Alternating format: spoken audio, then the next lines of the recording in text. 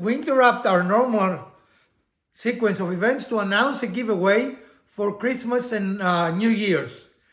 If you watch our episodes and you make a comment on any comment in the area below the video, and you're a subscriber, we are going to enter your name for a drawing of so there will be two winners, two very unique items, tools, what you're going to call them, Mrs. DIY, that I've never seen before, but I saw them. I say, hey, this will be great for our subscribers. And we're going to let you later on what they are, because they've not arrived yet today. I've ordered them, but I don't have them, so I cannot show them to you. So hopefully next week, we're going to show you what the drawings will be. So stick around. You're still my favorite viewer, and this is going to be an amazing episode. So today, using primarily scraps of hardwoods and softwoods and everything we can find around the shop, we built two Christian crosses, and I say Christian crosses because there are other crosses as well. Not every cross is a religious symbol. So we built two quite different ones. One is a very simple, straightforward, very traditional cross, right? Mm-hmm. And the other is a little bit more, so we call this ornamental? Yes. Ornate. Now those can be scaled to put in a table or for whatever purpose. We build them this scale with the intent to put them on our walls, right? So stick around. As always, we're going to show you every step of the way, tell you how to build this, and also show you how to build this, which is actually the cross, not the actual cross, but the style of cross that Jesus was crucified on. So we're going to start with this wood. We have a couple of pieces, three pieces, right? Mm-hmm. And we'll start by making a straight cut. This seems to be a nice size as far as the height of the cross, right? Yeah. So we're going to cut it probably, what do you think, Mrs. DIY and Elpida? An inch? That would be a good thickness for... Yeah, maybe a little bit more than an inch. Like an inch and a half, maybe. Yeah. So we'll start by cutting this. So our first step is to look at our saw and make sure that we're at 90 degrees, because we want straight up and down cuts, right? Yep. For the specific one. So we're going to come on top now, and we're going to try what we said, an inch and a half. Yeah. Give it a shot and see what happens. Again, we have never done that. We have not drawn it in any great software. Can we need to go greater? Yep. Okay, let's raise the blade so we can have a better visual. And again, we always raise our blade just a tiny above the wood we're cutting, right? So we are going to try an inch and a half. Again, that is not 100%. It has to do with aesthetics, right? Mm-hmm. If we don't like it, we might make it a little less wide, but I don't think we'll need it wider, right? Right. So our first step is to cut this.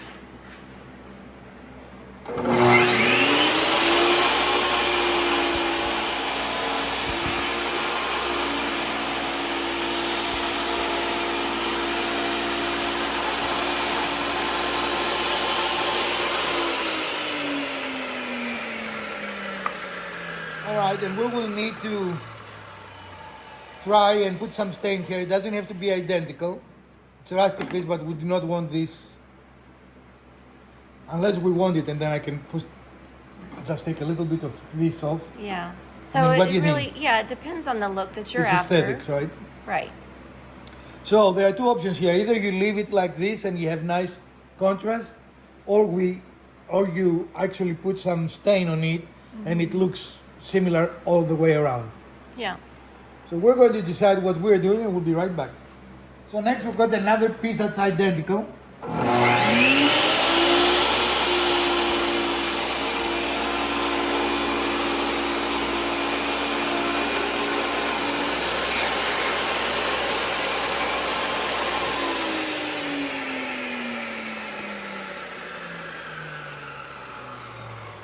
So do we like this or not? We like the contrast, or we like the...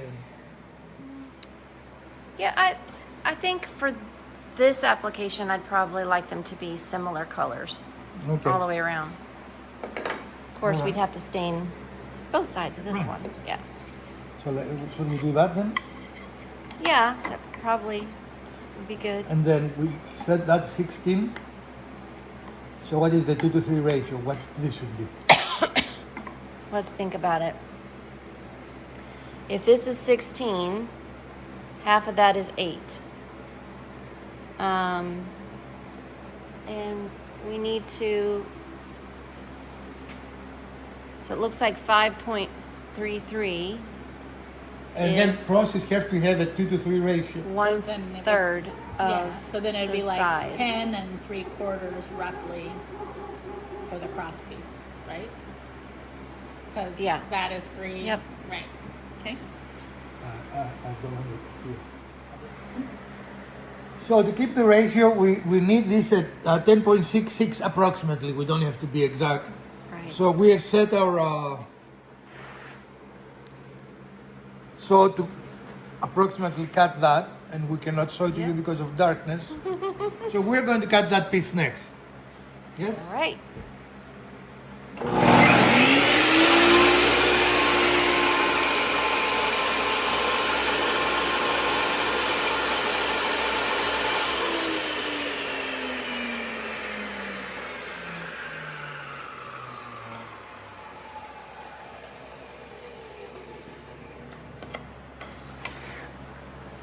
Now the next important thing on a cross is that the top, across the crossbar, and the two sides are approximately the same dimension. So we need to decide where that goes, right? Yep. So this is the convoluted part, Mrs. DIY. Yeah, so we have the point where we want the middle of the cross pieces to be. This is our cross piece here. This is our main piece. So we have marked the middle on the cross piece, and we've marked the middle on the main piece, and they line up. And then we want to mark where we made marks on either side using this as our guide here. We found the middle, and we need to know exactly where to cut the piece to allow for the groove that the cross piece is going to sit in. So we made marks on both pieces of wood so that we know exactly where those grooves need to be. And now we need to find the middle of this dimension. Okay, and we'll mark that and then we'll transfer it here. All right. So we have found the middle, and I mean the lateral middle of this piece. So we only want to raise our blade up high enough to make a groove, not go all the way through, and it needs to be half because we have two pieces coming together and they need to hug each other, and there doesn't need to be any, one higher than the other. So we need them to be precisely the same depth of the groove for each piece. So we're going to raise the blade up to this level right here. And taking into account we have the sled here, we're going to have to go a little higher. And we want to be at the top of the peak of the blade. I think that's about Tooth. right. That's about right. From what I can see on camera. Actually, this is the exception to the rule. We must rather be short than long. Okay, then we're just under that mark right Okay. there with the height of the tooth. So that looks good. Okay? All right. This is an easy but fairly repetitive process. If you have a data stack, this can go a little bit faster, but for a project like that, it only takes a couple of minutes. It is not really a big problem. However, you need to be consistent, and it's always best to be a little bit tight and then just nibble away until you have a perfect fit, than cut wide, because that is a much harder problem to fix. So stay a little tight and go little pieces, piece by piece, until you have the perfect connection to your piece. Also, while this is repetitive, it is not dangerous if you have a sled like we do here, what we'll show you here. It is safe, it is reasonably fast, and with very simple tools and a sled you can build yourself, you can achieve absolutely fantastic results without any difficulty, without any problem at all. So as we're using our sled, we found it a little hard to push, and our solution is olive oil. because we're Greek. Everything is olive oil and Windex. If you have seen the movie, you know the reference, right? Right. If you have not, you have not. So we are just putting on the tracks and a little bit on the bed. And when we finish, we will clear it, but there is no reason to clean it now. So now the sledge should work a little faster, better. Faster, better, more better.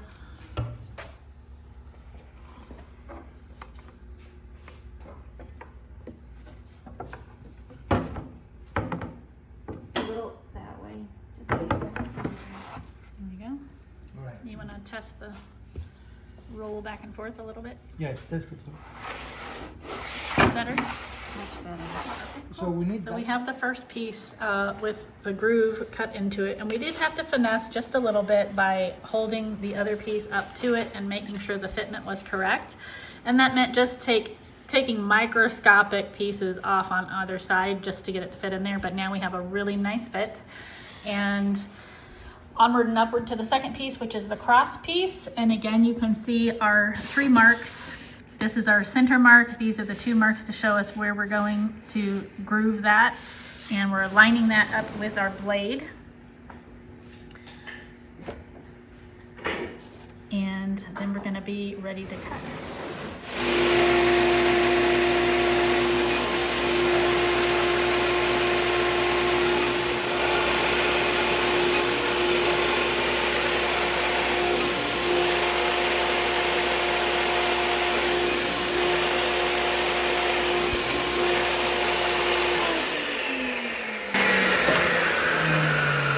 Now we're checking that fit with the cross piece. Just a hair? Yeah. Okay. So again, we'll take the blade and just line it up and take off that little bit. I don't even know we need the hair. Maybe I can force it. Okay. So we did not take that hair off. You just forced it in, which again brings it to that really, really nice tight fit. So it's not going to go anywhere, right? What do you think? So here again is a matter of taste, right? If you like this look, the contrasting look, I mean, this is a very nice cut and it's a very perfect contrast, right? Mm-hmm. You can leave it like that, but make sure that you cut small pieces on areas that they are not contrasted, right? We chose to actually, well, I don't know, we're going to try and see if we can stain it close enough and have it all the darker color. So we're using our off-cut piece. And Mrs. DIY is going to try the stain and see if we like it. That is what they wrote actually in the cross. Okay. So we're testing out this stain to see how well it might match. And I think wow. it matches pretty good. It seems like a really good match, actually. Yeah, there's a little bit more. You can see kind of a base striation here. Probably because whatever they used here has sunk in. And this might. Can you wipe that a little bit and see if that brings out the... No, I think it looks very good. Yeah. So here's the decision we have to make. Are we finishing the cross that way or not? I like it. Yeah. Okay, so let's glue that then. Okay. So And then I'll do the CA. our next step will be gluing, and we're going to use CA and wood glue. I should have been on the other side. You got a really nice view of Elpida's hand there, but it was good. Sorry.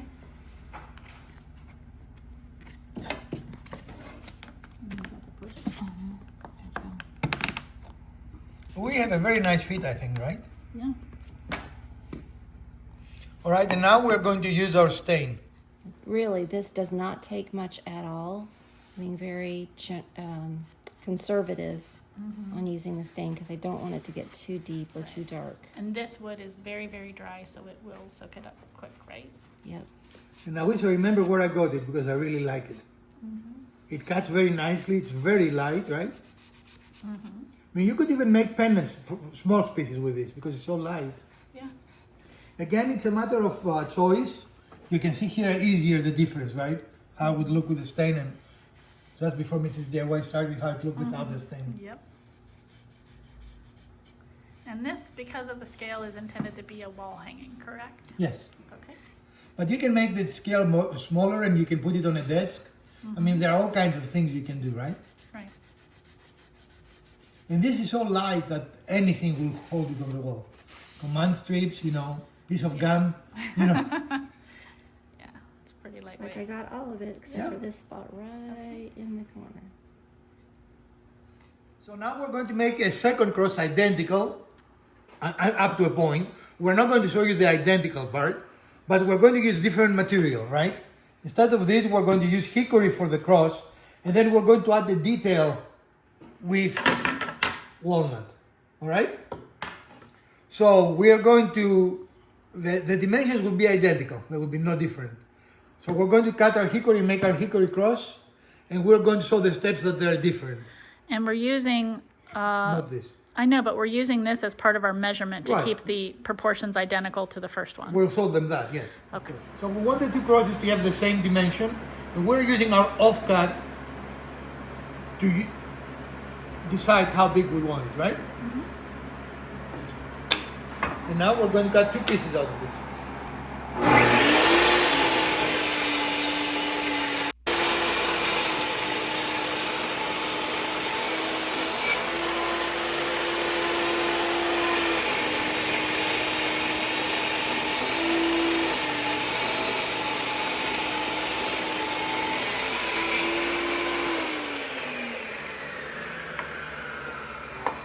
Amazing what the difference the species of the wood makes, huh?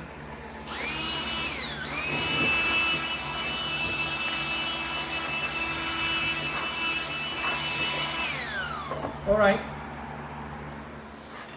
And as we usually do, we're using a piece as our storyboard to get the correct length for what we're going for. Ready?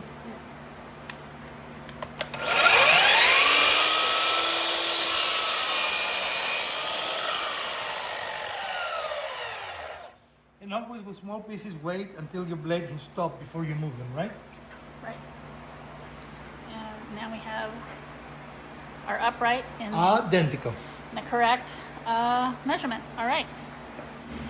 Okay, and we are using the cross piece that we've already attached to the other one to measure for our next piece, because that's not going to be, it is more than the offcut, but not as much as the other piece. So we now have marked it, and we're going to go back to the chop saw and cut that.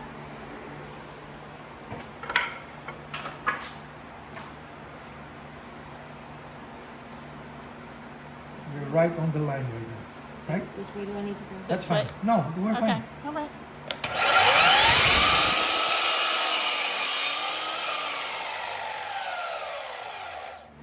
So we're lining our pieces up with the first cross that we made so that we have all that center marking, and we know what we're going to cut our groove into.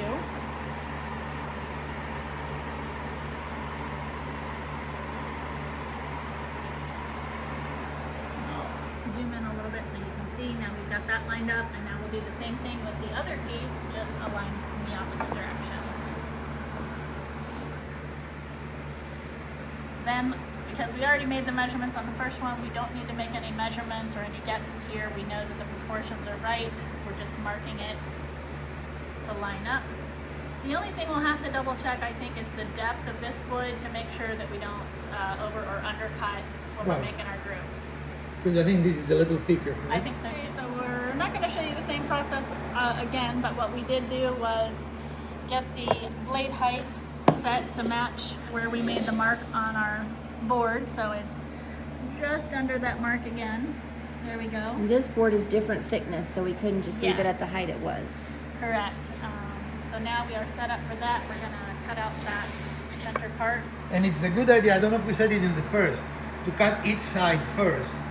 So you don't have to be looking for that second So mark. kind of visually, Yeah. it's a good stopper for you. Yeah. And again, the process is the same, so we're not going to show you, but we are going to groove those two boards. We're measuring these out, and we're cutting these grooves.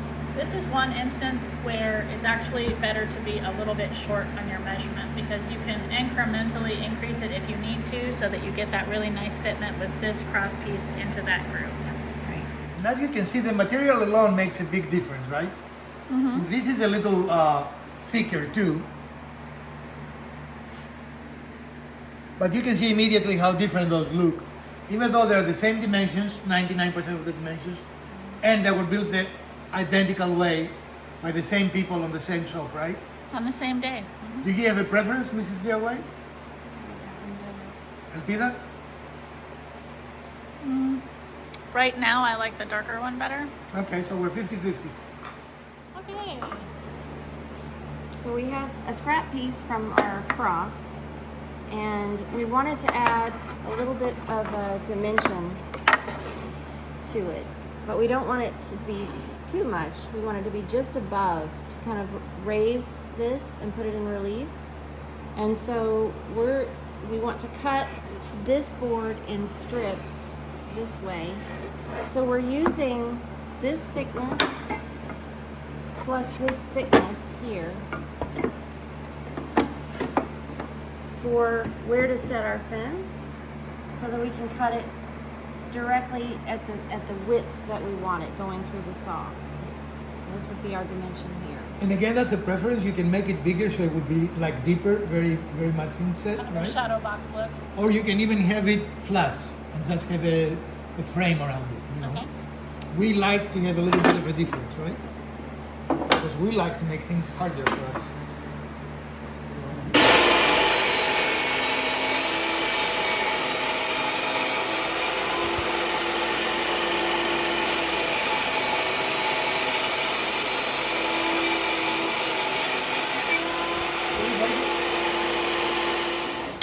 So we're going to use a sewing tape measure because it is flexible to determine what is our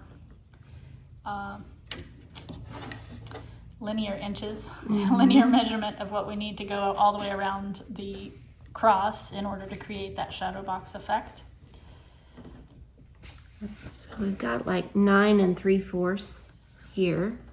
Okay. So that's for both sides, 9 3/4.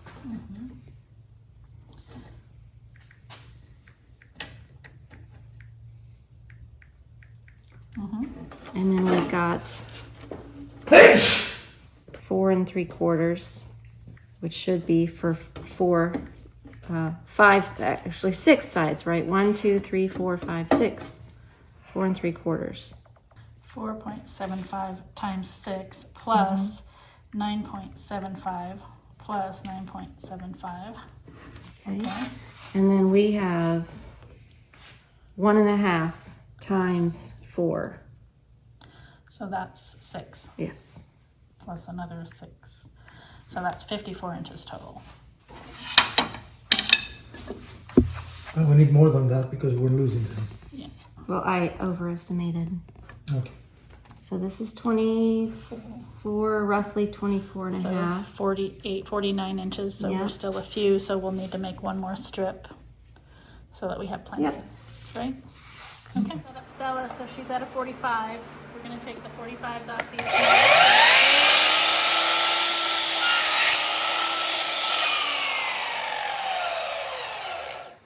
So we need to mark the other side on the sword, yeah. Love, I need to be able to see it here. So I can cut it. I found out I don't really like, I like our Hercules, but for these small pieces it's just not making me very comfortable. Does that make sense? Yep. So we're going to try to do the The 45. table saw for the 44s. So we're going to make a very small jig because the pieces again are small and they are unsafe. So we use a piece of scrap and we are attaching it to our Lighter. miter, and then we're going to attach them with screws.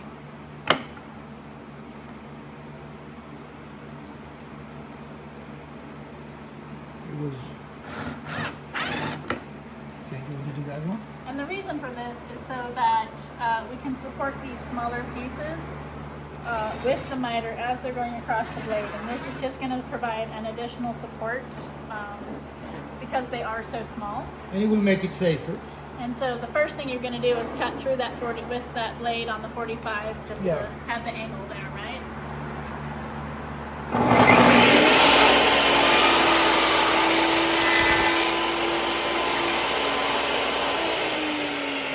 And that would also allow us to align it correctly. Because we have both the long and the short. Okay.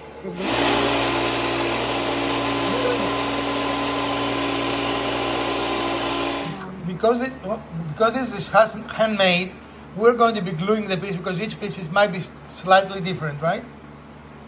Yeah. Again, we're going to use our CA glue and wood glue.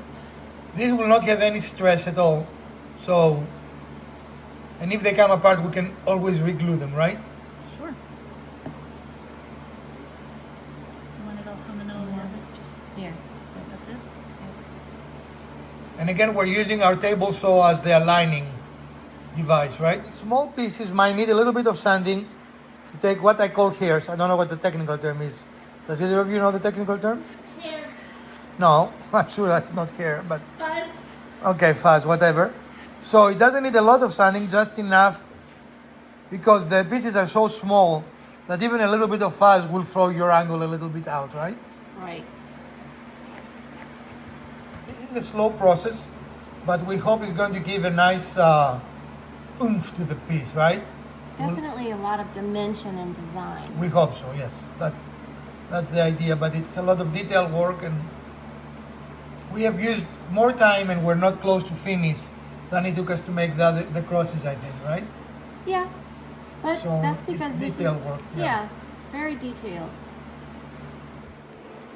So as you can see, we've made some really nice progress on completing the framing of this cross, and we've gotten to this point and kind of like the look of it, meaning leaving these end pieces where they're open just as an option for the appearance of this thing. Anything you'd like to add? I think so. Yeah, it's really whatever design you like. You could do, for example, you could do different colors of wood on each, corner. For example, you could leave this open where it kind of gives a sense of direction, like pointing, out or an outlet. I think we're probably going to go ahead and close these in as we intended to do before to make the outline complete.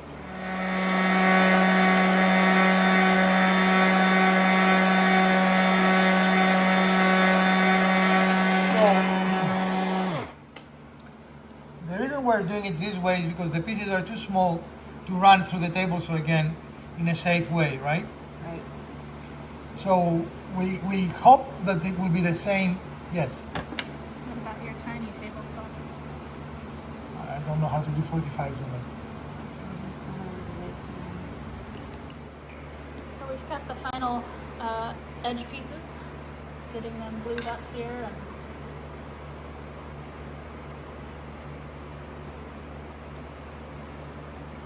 And again, with CA glue, it's just a 30-second hold, and then everything should stay in place. Try one more thing, and we're going to start by ripping an old piece of fencing we have here.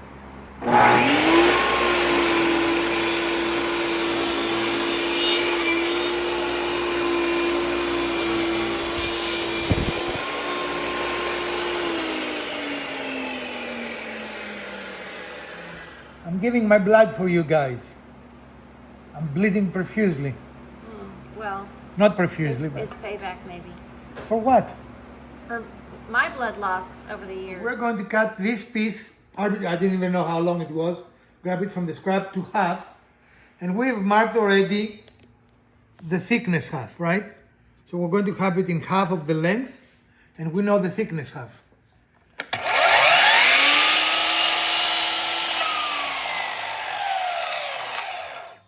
Again, this is not a critical dimension. Let's see how close we are. Yeah, about 1/8 of, not a big deal. Excellent. Now, let's put our blade to that half point.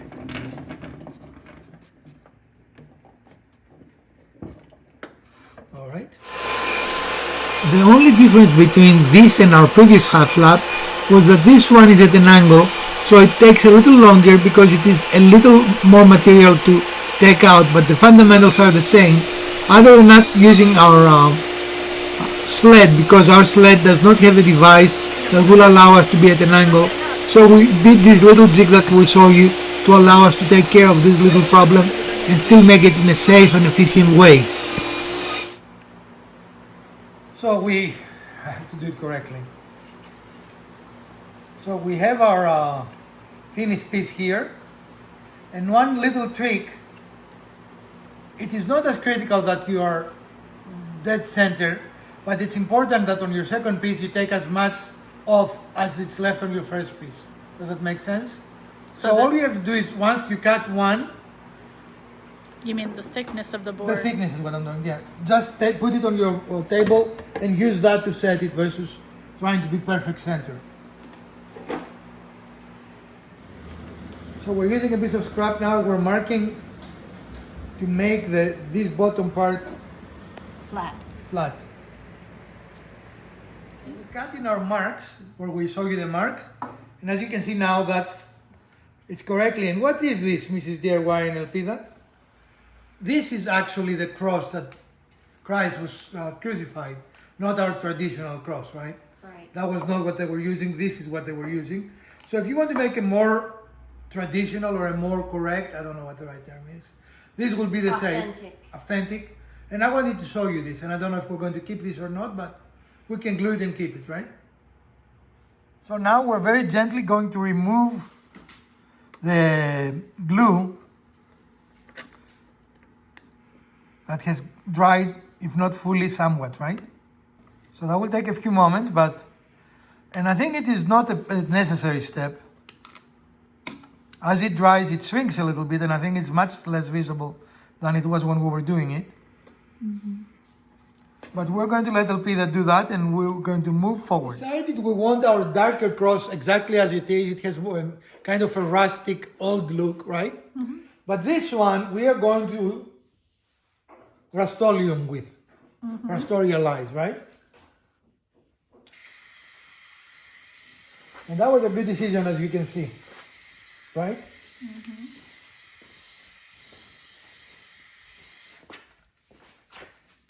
You have to move around me, Mrs. Elpida, because I cannot worry about the camera right now.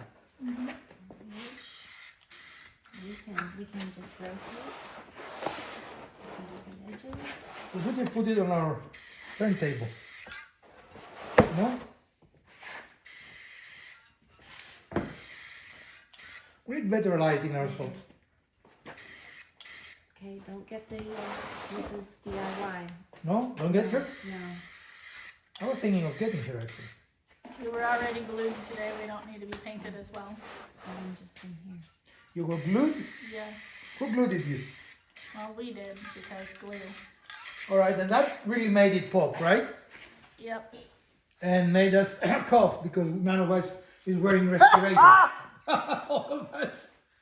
Alright, as always, there are ways to make this cheaper. For us, it was free because we use remnants, right? But let's say you wanted to buy the material. The walnut is not a very cheap wood. Even for this little amount, probably you will pay about $10, right? Mm-hmm. It is just not a cheap wood. The hickory, it is reasonable. It's not very expensive, but definitely it's not as cheap as construction lumber, right? Right. But you don't have to use that. You can achieve the same look by simply use 2x4s and milling them correctly. And then for the outside, just staining them dark, right? This was not very expensive. How many we used? 2 pieces or all 3? 2, I think. Or even just 1? It was 1 piece, and we cut three pieces out of For that. 1 piece, let's say we use the whole piece. Yeah. For 1 piece, this was only $2. It was $2 per piece, and I have 3 pieces, so not prohibitive at all. And this, of course, was a cedar post, and you could get a lot out of them, right? Mm-hmm. It was a picket, yeah. Fence picket. So the cost for any of those projects is not prohibitive. There is no denying that using walnut versus making pine look like walnut gives you a better result, right? It looks richer, it looks better, but the overall look will be the same if you just stain a white wood. Yes? Yep.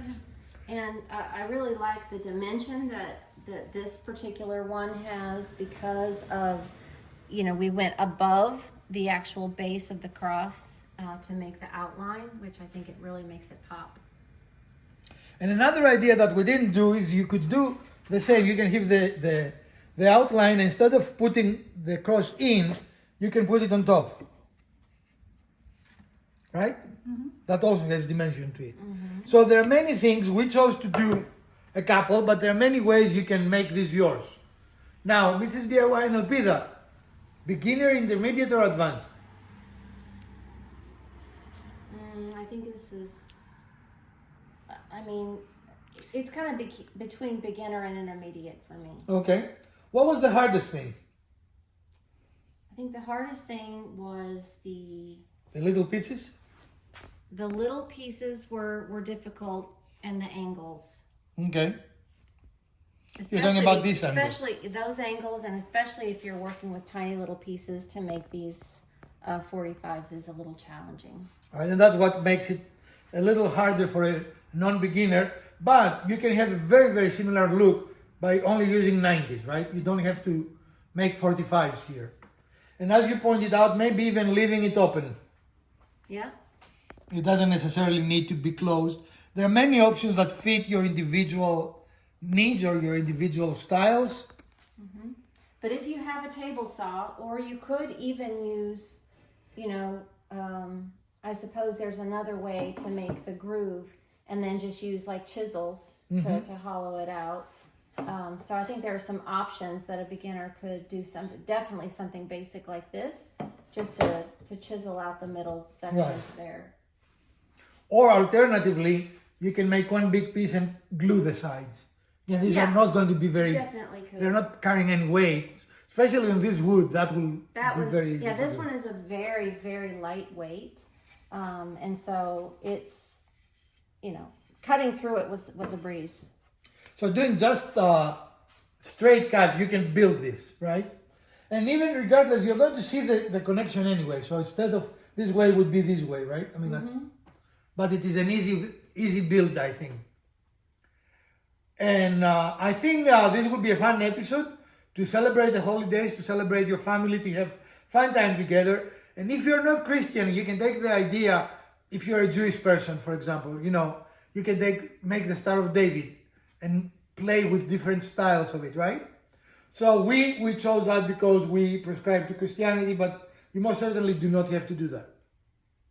Another thing you can do is actually build nice bases and put either of those two cross on a base, and you might want to change the scale for that, right? Or you can make it really, really big for a church or something. If you want to gift a cross to a church, that will look very nice in an altar or something like that, especially on a beautiful base, right? Yep. So there are many ways you can dress this up and make it yours. So let us know, did you like these designs? And if you do, are you planning to make them yours?